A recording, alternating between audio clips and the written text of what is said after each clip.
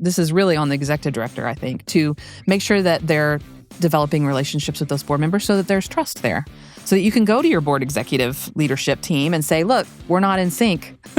What's going on? Is the community changed in some way? And so we need to go back to the drawing board and see, where our organization fits now? Or do we have board members that are working at cross purposes with us? And how do we address those issues? Or do we not have the right board members in the room?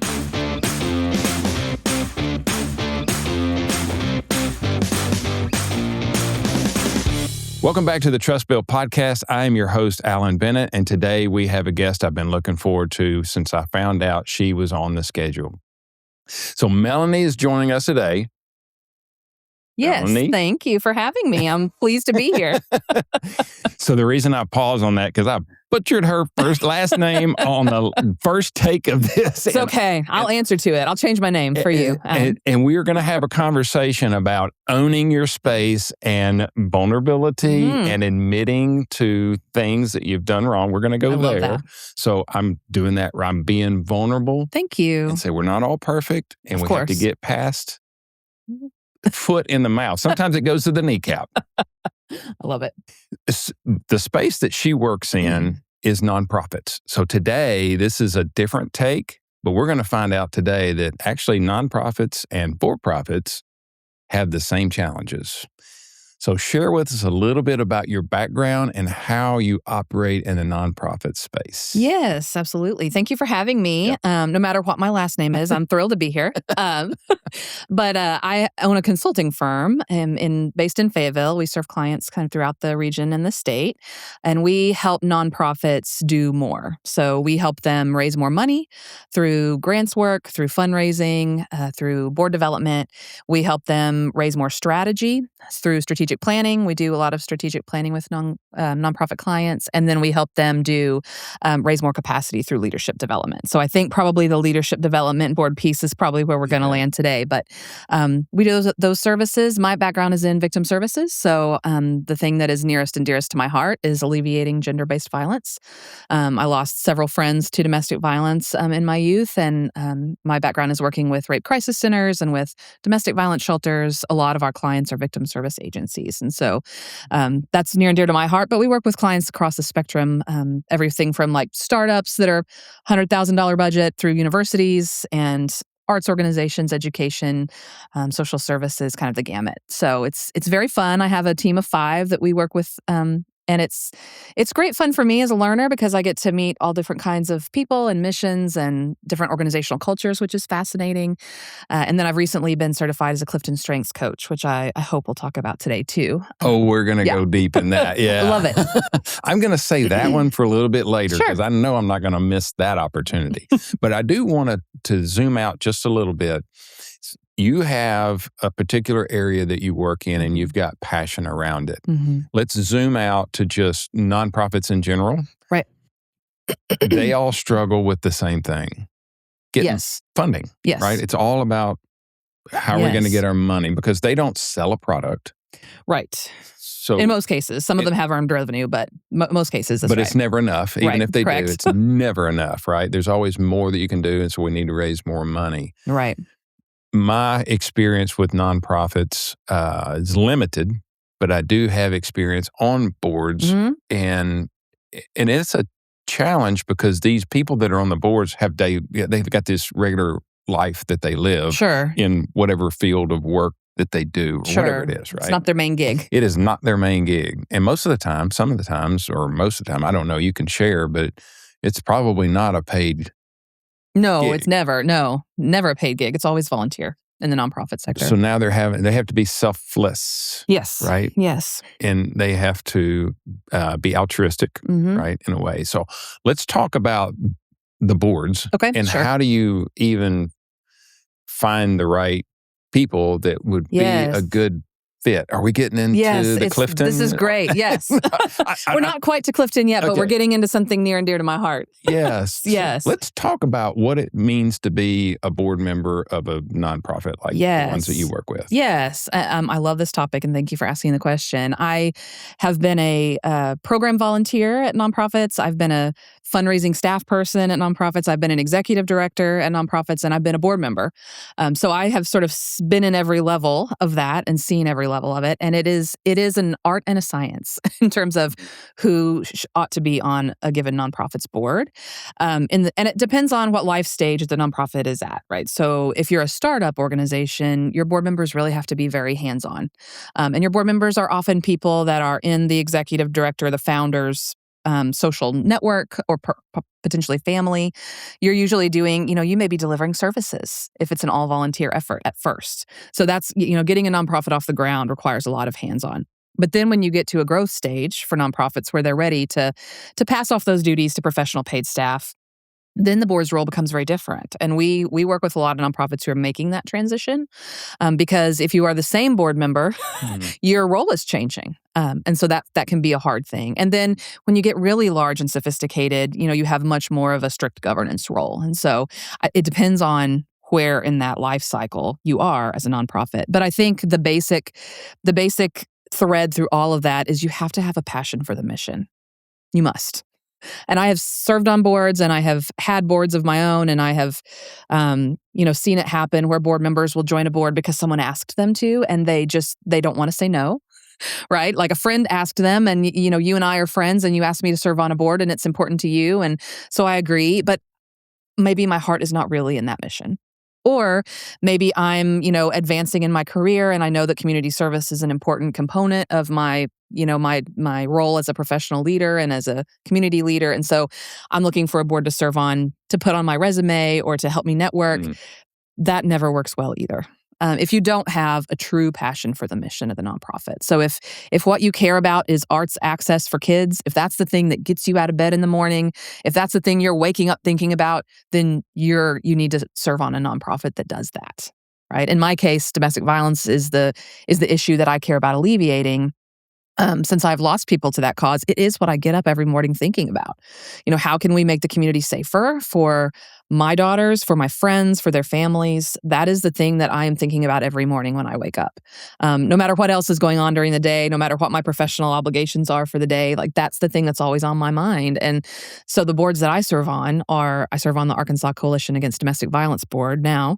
But the boards that I serve on are working in that mission area because it is what I am so passionate about. And that's the thing, the volunteer service is often like the last thing on your list. You've got your career, you've got your family, you've got your faith, and then often that volunteer service is at the bottom. And that's not as it shouldn't be, but the thing that will motivate you to be involved and stay involved and to give the kind of leadership that you need to give is that is the thing that you get up thinking about. So I think that is just the baseline of everything else, is finding a board member. If you're a nonprofit looking for board members, or if you're someone that wants to serve on a board, what are you really passionate about? And looking for a nonprofit that has that mission. That's step one in that process. Let's take the next step. In my mind, the next step would be the vision. Yes. And so you've more or less described, you need to have a vision for this group and how this group can do the things it needs to do. Do you ever find that vision shifts or alters? Does the board sometimes influence that? Let's talk about that relationship. Yes, it's fascinating. So the nonprofit, you'll have a CEO or an ED, executive director of a nonprofit, and then you'll have the volunteer board that supervises the executive director. And that relationship is fascinating and tricky because both of those, they all have to lead together. Ostensibly, the board are the executive director's boss, right? So the board, even though they're volunteers, they are in charge of the organization on behalf of the community. They're the community's representatives. But effective boards are driven largely by a strong executive director. And a strong executive director is hired by effective boards. So you have this two-way trust issue that has to be there for them to work in concert with each other. And organizations that have strong visions is usually a team effort between the board and the executive director, and perhaps also your executive staff, other executive staff. So I think, to your point, yes, the board absolutely directs that vision with the guidance of the executive director, who has much more of a day-to-day detailed understanding of the mission. And that vision is important. And some nonprofits, that vision changes over time because the community changes. Nonprofits exist to make change. And if they're successful, they've made change, and now we have a new problem to solve. So the vision absolutely can change and does change over time. So we're talking about strategic alignment. Yes. We're talking about alignment within an organization, yes, whether it's for-profit or not-for-profit. It's staying aligned and making sure that the board and the leader or leaders of that group stay in alignment as to what we're trying to accomplish. Yes. So let's talk about a passionate executive director, passionate board that have started to drift. Ooh, such a good, such a good example. And I have been a board member in that situation, and I've been an executive director in that situation, both. And I think that it always comes down to the relationships, right? What we see with our clients, we work with maybe 30 nonprofits a year, and we do a lot of board development, and a lot of executive directors come to us saying exactly what you're saying. Something's not right. Like, we're not in sync anymore. Like, what do we do? And usually it comes down to the relationships between the board and the executive director, the individual relationships. So do you have new board members that just haven't spent a lot of time with the executive director? A lot of executive directors, they don't reach out to develop those one-on-one relationships with their board members. And ideally, you have a board that all has different skills and that all comes from different, communities, different social networks. You want a diverse board because that's what will give you the most resources. But that means that you can't treat them all like one person. You can't just say, here, board, 16-member board, I want you all to do this, right? Because they're different people. And so the executive director, this is really on the executive director, I think, to make sure that they're developing relationships with those board members so that there's trust there.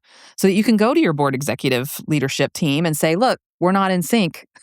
What's going on? Is the community changed in some way? And so we need to go back to the drawing board and see, where our organization fits now? Or do we have board members that are working at cross purposes with us, and how do we address those issues? Or do we not have the right board members in the room? Sometimes the board that was appropriate for us while we were doing this project, we kind of need some different folks for this project now that we're moving forward into. And so sometimes it's a board composition issue. So it can be any of those things, but I think it always comes down to that relationship between board members and the executive director. At this point, I don't know if I want to dig into the relationship between the executive director and the board members, or if I want to dig into the board members and their makeup. Any and all. We could do either or both.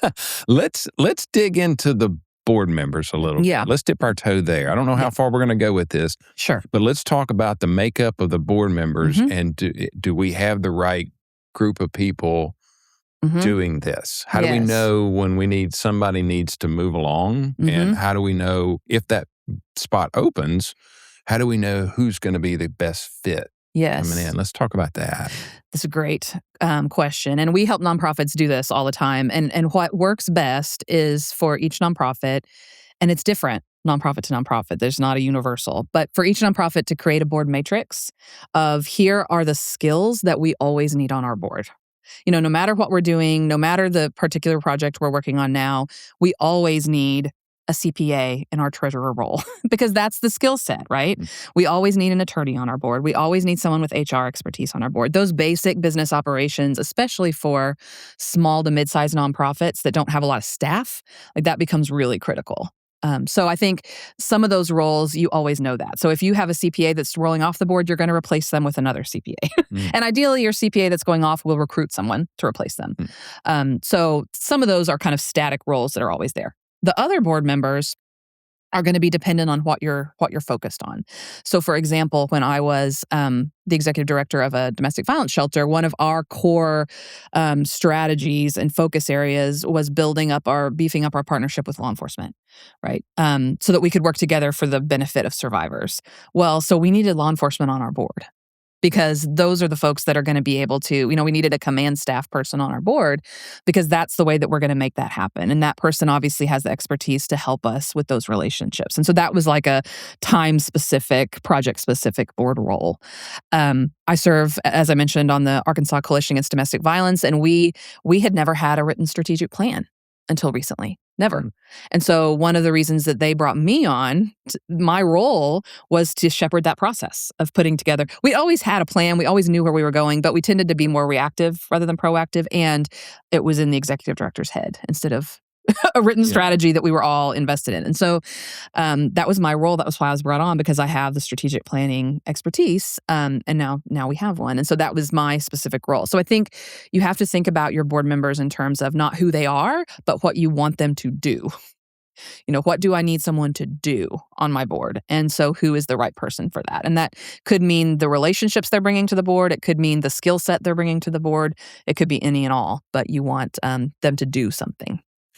When you have someone with a specific particular skill set, and sometimes it's a credential that's needed, right? You brought up CPAs and attorneys. How difficult is it to find, say, and I'll just pick on CPAs because I love doing that, and it's tax season.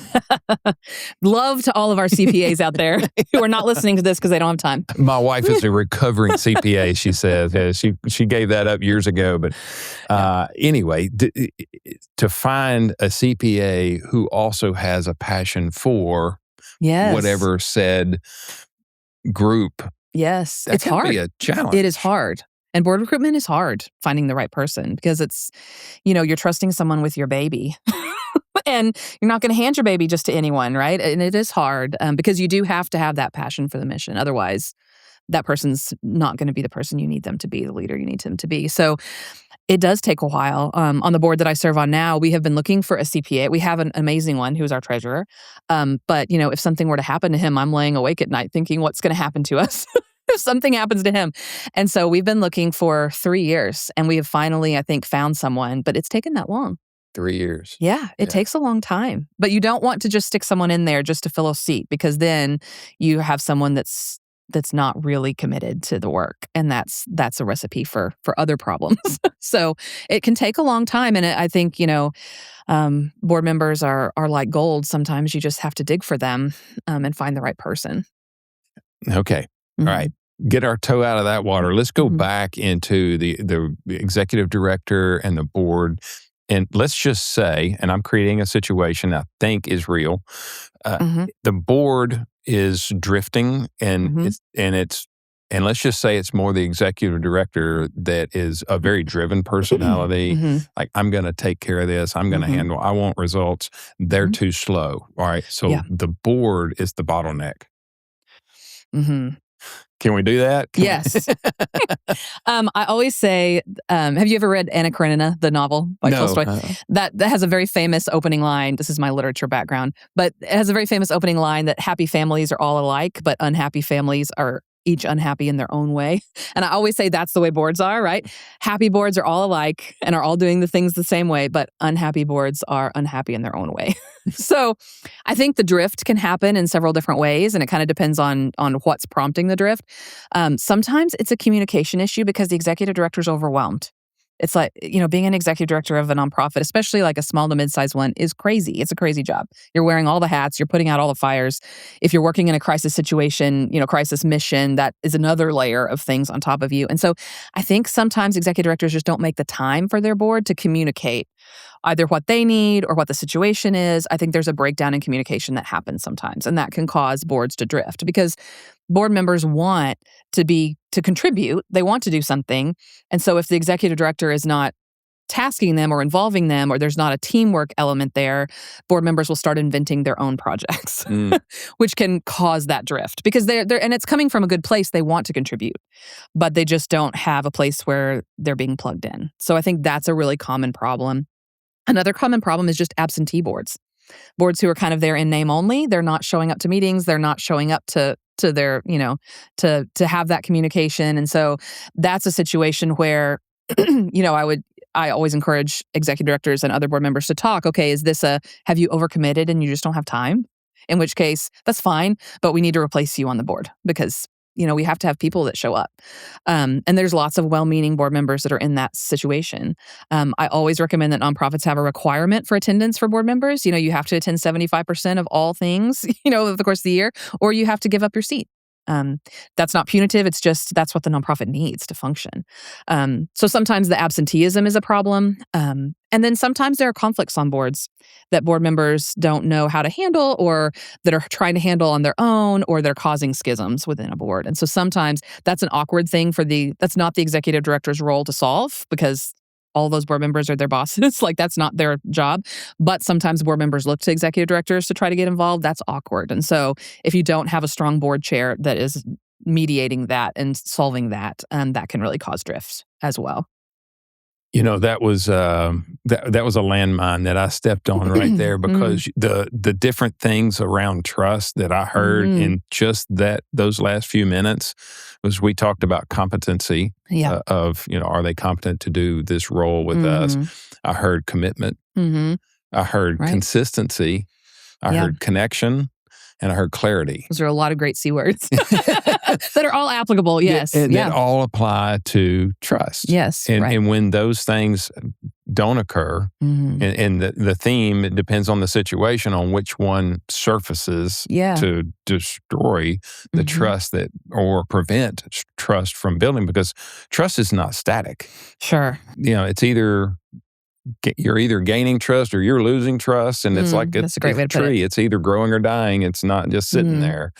So the story that you just shared, you didn't use those words, but those are the words that I heard, the theme that I heard throughout that story.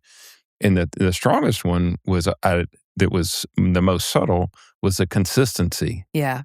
You have to show up. You have to show up, and you have to stay committed. You have to be you have to keep after this whole relationship, or it starts to go south. That's kind of the takeaway I had from that dialogue right there. Absolutely. And that's a huge issue, because we're all busy. But again, you have to choose your board members that have the time, that truly can. And some people, their boss puts a calendar hold on that they can't get out of. It's not that they're choosing not to, but if they're in a life situation or a career situation where they don't have the flexibility to participate, then they're not the right fit, no matter how much they care about the mission and no matter how skilled they are. The story you talked about with this executive director whose everything goes through them, that's the world that I live in. And the jargon that I use is owner dependency. And that's a business that can't operate without the owner being intimately involved. Yes. And as soon as you take that person away, it's only a matter of time before things start to fall apart in whatever way that happens. Right. So let's unpack that just a little bit in the business world or in the nonprofit world. If you've got one key person that's driving everything, now we're talking about a hiring process, an onboarding process. How do we delegate tasks? How do we get the parts to do the thing so that if there's a flat tire, they know how to change it and get back on the road quickly so that we can get to our destination? Right. All right. That's my lead in. It's a challenge. That's my lead in. Challenge. Here we go. All right. So now we're going to talk assessments, because now we got to figure out if we've lost the executive director and we're now looking for either another executive director, or maybe there's another key person that's going to help with the mission of the group. Right. How do we find them? Yes, that's a great question. And I would say this varies greatly depending on the size, because larger nonprofits, just like larger for-profit businesses, have a deeper bench, and so they can do more succession planning. Smaller nonprofits where you have 3 or 4 staff members, you may not have someone internally that can step into that role, and so you're looking for an outside hire. So I think it depends on the size of the nonprofit, but I see successful executive directors with all kinds of different strengths.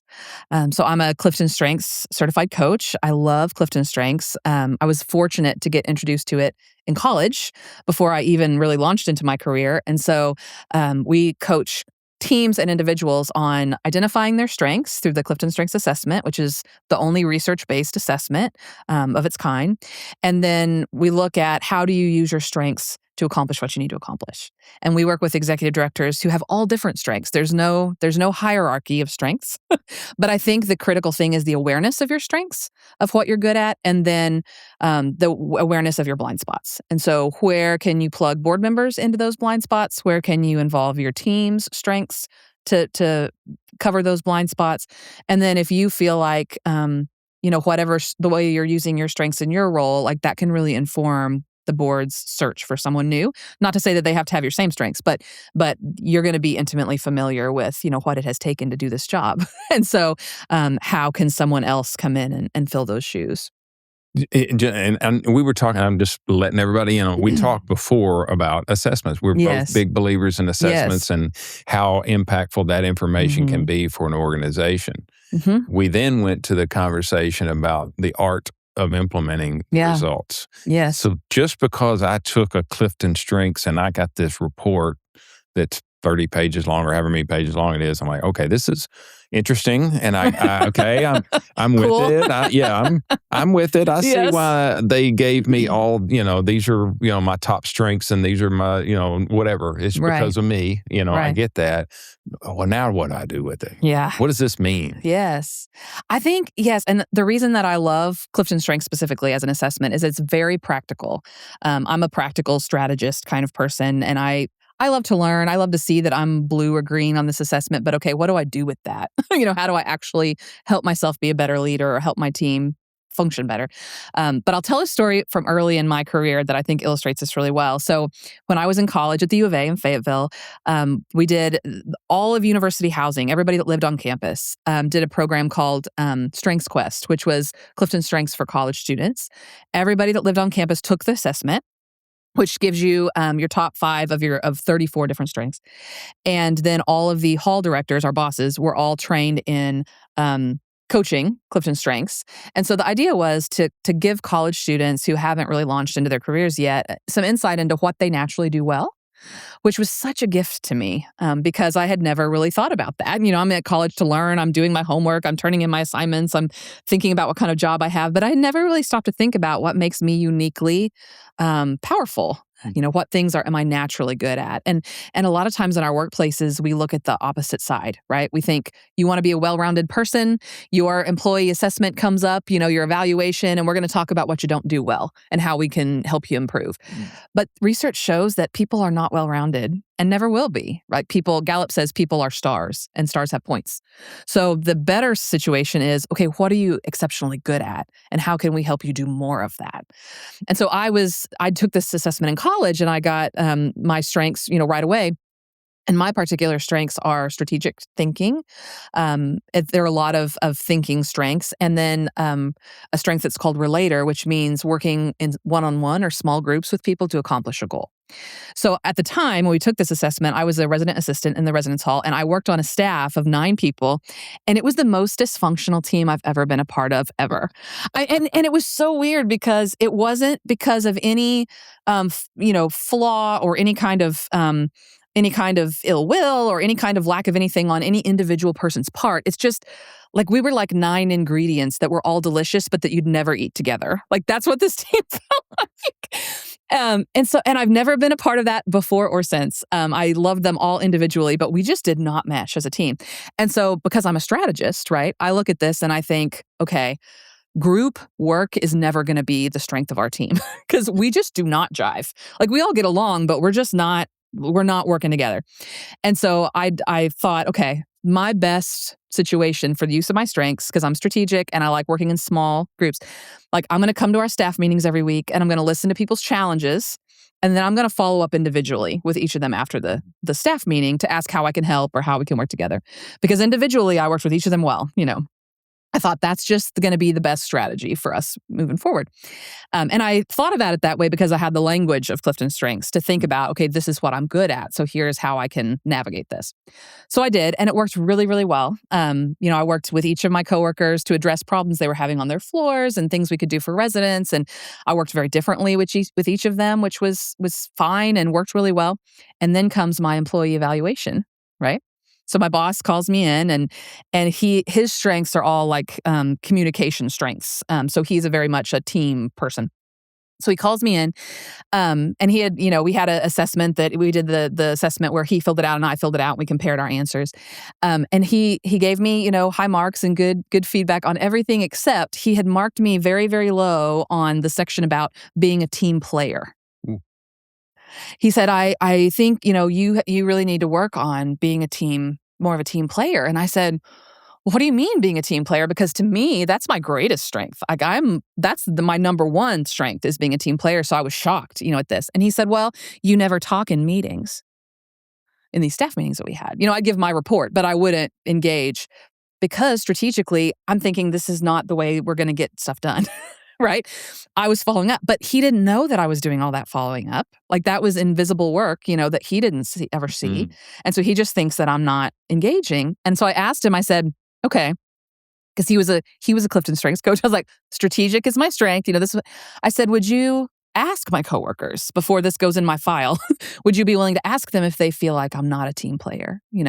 And to his credit, and he and I are still friends to this day, so this ends up well. But to his credit, he's like, sure, yeah, I'd be happy to. So we leave, and I come back the next week, and he has this like sheepish look on his face, and he said, well, I talked to your team members, and every one of them said that you were their most supportive coworker. I was like, yeah. But the point of that is, the way that I went about that was different than the way that he would have gone about that, right? Because I have different strengths, right? I'm a small group, individual, strategic thinker kind of person. And so, he and I both worked with all those people in different ways. And I think that's what I love about CliftonStrengths, but about assessments in general and just self-awareness of what you do well, because there are lots of roads to the same destination. And I built trust with my coworkers with that one-on-one interaction to help us navigate this awkward group dynamic. And it worked well for me. And so I think to bring it back to nonprofit leadership, when you're working with a board, you have to figure out like what is the best way to work with each of these board members. If you're the executive director, or if you're the board members, how can I work the best with this executive director, and really do that intentionally. Not just here's a board meeting, we're all going to come into this room, we're going to approve the minutes, and we're going to go home and call it good. But how can we build relationships based on all of our strengths? And how can we make use of what everyone does well?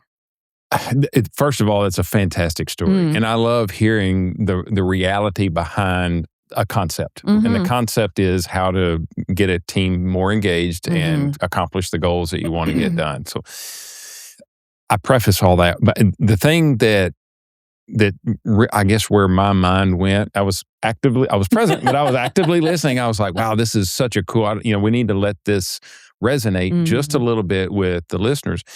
In that world, there are, no matter what assessment you have to be able to interpret the results and apply the results to get things to happen, right? Right. Clifton is a fantastic way to do that, but it can be overwhelming. So let's just say that I went online and found an assessment. I just did it, and I'm an executive director of a nonprofit, and they're listening to this and like, that's really cool. I'm going to go do this, and I'm going to implement it with my board and my team and all that.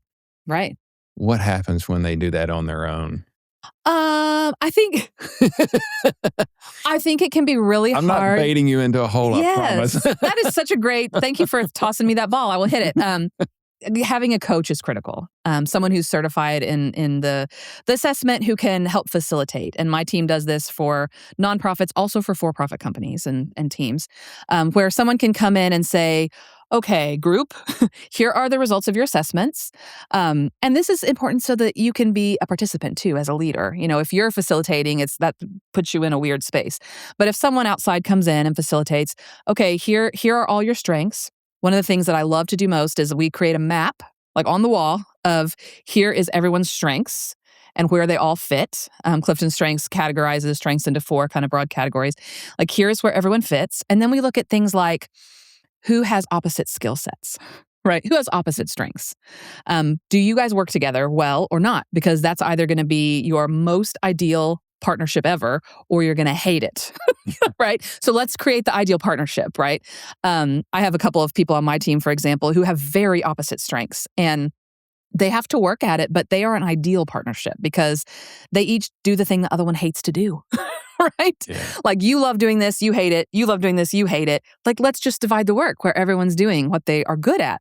So I love to map the team. We also look at who has a strength that no one else has on this team. Like you have a communication strength, no one else here has that. So when your team is talking about communication strategies, are you leading that? Or are they giving more weight to your opinion because this is your strength, right? Or are you the only person on this team that has empathy? Do you have a lot of conflict on your team? Well, this person probably knows how to problem solve that. So let's lean on that person. And I think just an awareness that everyone brings something unique to the table helps you see, okay, it's not just that this coworker drives me crazy or this board member drives me crazy. It's that they have a different strength set than I do. And so how can we align our strengths to where I can get that from the board member? I serve on the board that I serve on now. Our state coalition, we have an executive director who is hugely skilled in empathy and inclusion and adaptability. She is absolutely great at building relationships and reading a room. We'll have meetings together and she picks up on things I would never pick up on. It's like she sees part of the world I don't see. She's great. And then we have, one of our board members who's very strategic thinking, achieving, execution strengths. And they are an ideal dream team, but there's also the potential when you have that kind of thing for those people really to not get along because they value different things, right? So I love having being a coach coming in, looking at a team and saying, okay, what's our team dynamic? And what does your team lead with? Do you all lead with mostly execution strengths? Or do you lead mostly with influencing strengths? Or do you lead mostly with strategic thinking strengths? And depending on where you fall, where that team falls, you're going to approach things differently. And so there's multiple roads to the same destination. And so let's get everybody doing what they do well. I facilitated a team session recently where I was coaching and I had several members who had different strengths. And once we put that map up on the wall, one of them said, "Oh, so this is why you're like that." Oh, I just thought you were I just didn't know what was going on with you. Yeah. And the person's like, "Oh yeah, this is why you're like this." It's like that light bulb. Yeah. And everyone is still the same person, but it's like just having an awareness of that, it helps you have the communication about it. And CliftonStrengths offers all kinds of things that are cool, like how different strengths interact with each other. So this strength and this strength, when they're together in the same person or in coworkers, how does that look? And how could you leverage that? Or we talk about operating in the attic versus the basement. So your strengths, you want to be using them in the best possible way in the attic and not having them drag you down to the basement. So for example, one of my strengths is responsibility. I have a really high sense of responsibility. So on the plus side, in the attic, or in the balcony, I'm sorry. In the balcony, I'm a person people can depend on. I follow through. You can trust me with projects to get them done. That's me at my best. But in the basement, it's like I overcommit to things, or I take responsibility for things that aren't my responsibility. So you want to make sure, and Clifton has all kinds of resources on this too. How do you make sure that you're operating on the balcony and not the basement? So there's just a lot behind that assessment that you can do, and a coach has all those resources. The thing about this assessment in particular, but understanding what assessments tell you about an organization or a group of people, I know I mentioned the art of taking the information and applying it in the way the insight that people get from assessments. We've all talked about the nonprofit world, and we've talked about business in general. This stuff applies to your personal life too. Yeah, of course. Oh, right? Yes, definitely. Yeah, that crazy brother-in-law, or all my family have taken CliftonStrengths. You can be sure. But that drives home when the assessments. When I talk to clients about doing assessments, they're just focused on the business, and I always try to bring up, hey, this is something you carry to your personal life. This helps you. Even though those people haven't taken this assessment, you're going to know enough about you and how people are to then understand the family that you don't quite get along with, or a particular friend of a friend type thing. So that keeping that personal connection keeps these assessments alive in their work life. Yes, absolutely. And it's applicable to everything you do. My grandmother recently turned 90, and we threw a 90th birthday party for her, my mom and my sister and I. And we've all taken CliftonStrengths. I know everyone's strengths, right? My mom, her strengths are consistency and responsibility. So she is the person that is going to make sure that we are, talking about this regularly. So 6 months before the party, my mom was telling my sister and I, okay, I'm going to schedule some phone calls. We're going to get together. We're going to plan it. This is what we're going to do here and here and here and here and here. And she was the engine that was moving us forward, right? Because that's her strength set. And of course I joke at her, that's such a good consistency and communication strength set you have. And then my sister is very, she has a lot of influencing strengths. So what is going to be fun for this party? What's going to get people engaged? So she's doing the photo booth, and she's doing a lot of different things, like a communication thing. So she's doing the invitations, that. And then my strength, one of my strengths is ideation, which is creative thinking. So I'm making centerpieces with 90 things in them for representing her 90 years and things that she likes. And I'm doing that kind of stuff. And it's very obvious when you know what people's strengths are. It is so obvious how it plays out. If I had been the one to try to drive the process, I would have been very stressed out by that. That's not my strength, right? That's my mom's strength. If you ask me to do, you can ask my team. If you ask me to do something that involves communication, I'm like, oh, yeah, right. Mass communication, I'm just not my strength. So I think, teams work that way, whether that team is your company team or whether that team is your family. All teams work that way.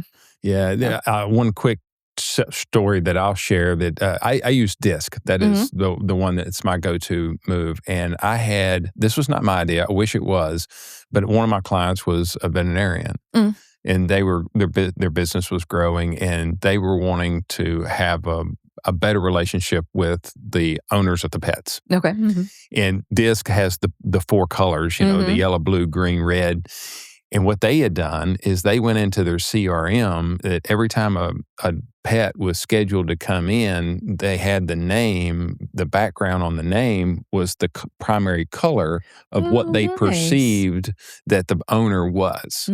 So if the owner that came in was a red, then the background was red. So they knew that they knew about DISC because I had trained them on it. So they then knew how to have a conversation and interact with the pet owner in a way that fits their style, right?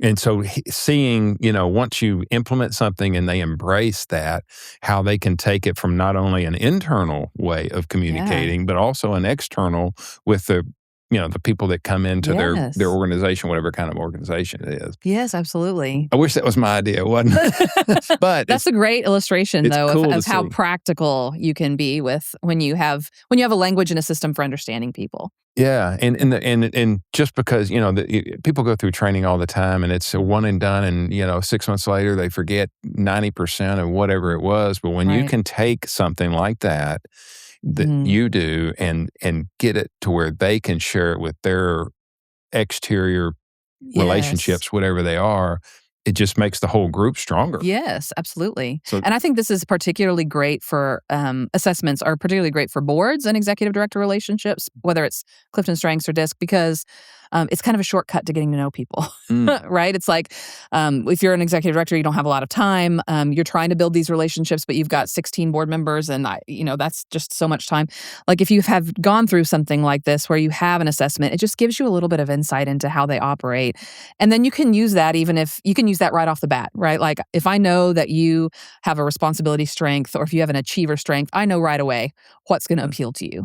And it's kind of like a little shortcut. And so I think when you're time crunched or busy, it can really help you just kind of smooth a little bit of that process. Yeah, because communication takes place on the listener's terms. Yeah, right? You're right. I love that. Yeah. So, all right. I want to wrap this up. And before we come to a conclusion, let's talk a little bit more about the executive director and the board. I want to go back into this. In my world, it is owner dependency, right? So let's go. Let's revisit that a little bit. When someone hires you, and this is your opportunity to kind of.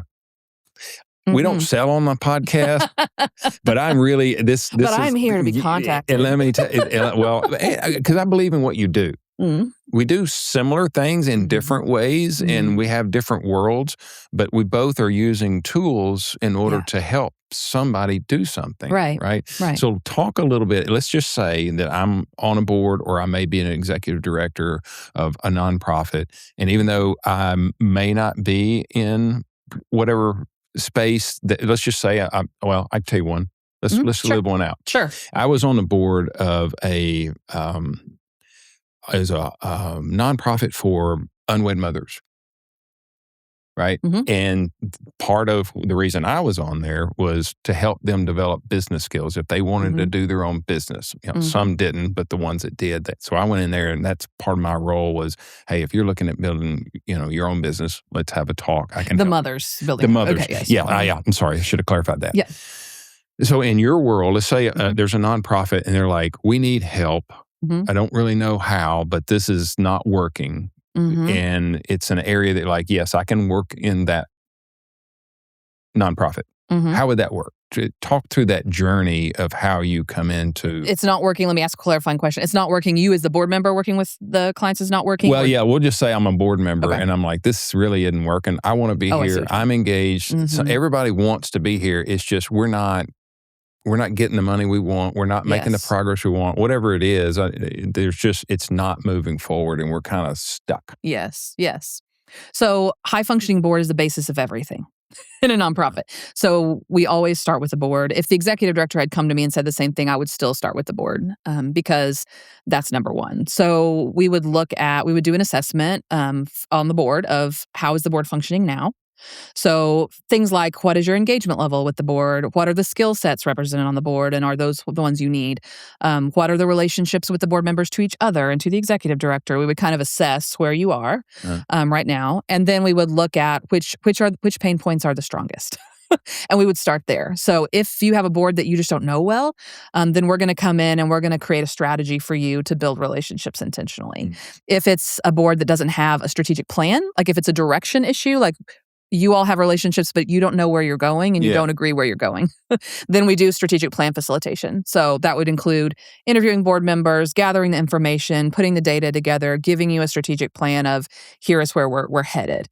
And I am amazed always at how much a good strategic plan fixes so many problems. I mean, it really is true. Like a lot of the problems that we see in our boards, it really is at the basis of it is that you don't know where you're going together. Yeah. Right? There's not, either you have a strategic plan that's too vague to implement or that's way too detailed to implement. You have an 86-page strategic plan that nobody can understand. And so it's just sitting on your shelf. Like you don't have just a simple, clear, here's what we're doing over the next few years. And board members, here is your role. Here is exactly how you fit. That's the other thing that we do is look at, okay, we have a strategic plan. Where are your board members? What parts of this are they going to own and lead? And I find that when board members are tasked meaningfully on a plan that everyone agrees on and there's a clear direction, that solves so many other issues. And so I always like to start there. Where are your biggest pain points and do you have a clear plan? Sometimes fundraising is a pain point because we don't have enough money for the organization. I'm not sure how. So we do board training on fundraising, staff training on fundraising. Do you have a fundraising plan as part of that strategy? A lot of organizations, I'm always surprised, they put together the strategic plan of all the great things they're going to do, and then nobody gives any thought to how they're going to fund it. It's like, well, that's sort of critical. So you have to have a fundraising plan that is aligned with or part of your strategic plan. So this is exactly how we're going to fund this work. And that has to be detailed, and board members have to know their role. So I think in nonprofit work, it's largely often the executive director like, oh, well, my board's in charge. They should be figuring this out. Board members are like, we hired the executive director to figure this out. And so there's like a hole in the middle where nobody is stepping, right? And that's where a consultant can really help you because we can come in and we can drive that bus for a little while until y'all are headed in the direction you want. So that, and it just takes the work of it off.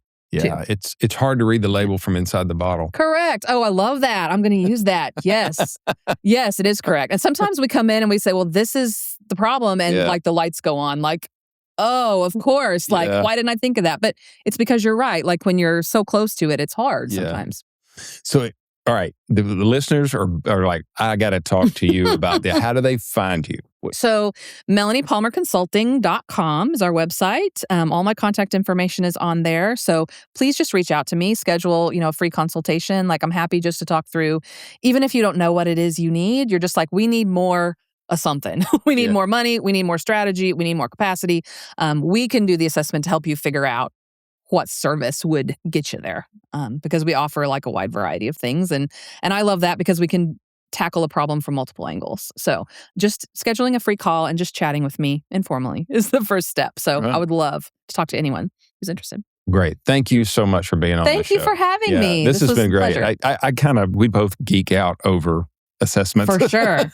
Because it's a powerful tool. Yeah, for sure. And it's not utilized effectively. Anyway, I'm dragging us back into the conversation. That's okay. Anyway, thank you very much for being on. Yeah, thank you for having me.